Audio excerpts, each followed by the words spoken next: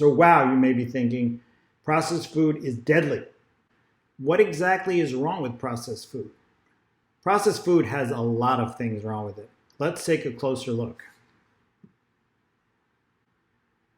Processed food, in addition to increasing risk for premature death, increases risk for obesity, diabetes, cancer, high blood pressure, heart disease. Let's look at why. Okay, we talked about how processed food has stuff put in and stuff taken out. The stuff put in includes chemicals, acrylamide, polycyclic aromatic hydrocarbons, heterocyclic amines, and furans. In the packaging, there are phthalates and bisphenol A. I want to focus on the two chemicals in the packaging because they've had a lot of evidence around their health impact. The phthalates and bisphenol A are considered endocrine disruptors. What that means is they have been shown to increase risk for obesity and diabetes. The other things that are in processed foods are added salt, sugar, and fat. This means that we eat many more calories than we might in whole food, plant-based alternatives. And the foods are therefore hyper-palatable. There was no such thing as a Snickers bar when we were gathering blueberries on the savannah.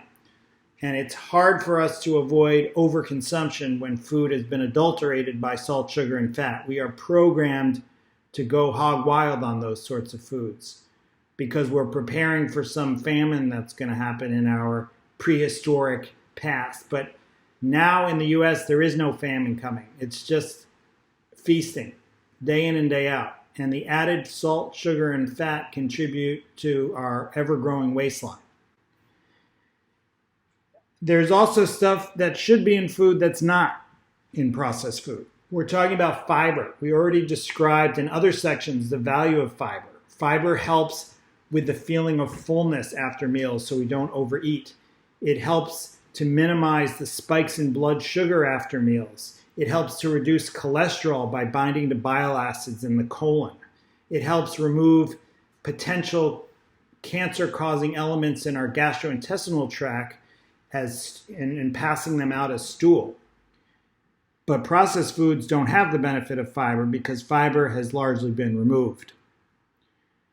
Also removed or never existent in processed foods are antioxidants. These are the substances we discussed in fruits and vegetables, which are so important for health. We discussed previously how antioxidants give an electron to free radicals, how free radicals are these elements missing an electron that damage the cell, and how fruits and vegetables provide antioxidants. Processed foods do not. So not only do you not have the benefit in processed foods of antioxidants, you may be eating processed foods instead of fruits and vegetables. So you don't have the benefit in the processed food, and you also miss out on the benefit in the vegetables and the fruits that you would otherwise be eating. The addition of chemicals, the absence of fiber and antioxidants, the added salt, sugar, and fat. This is a perfect storm for wreaking havoc on your health.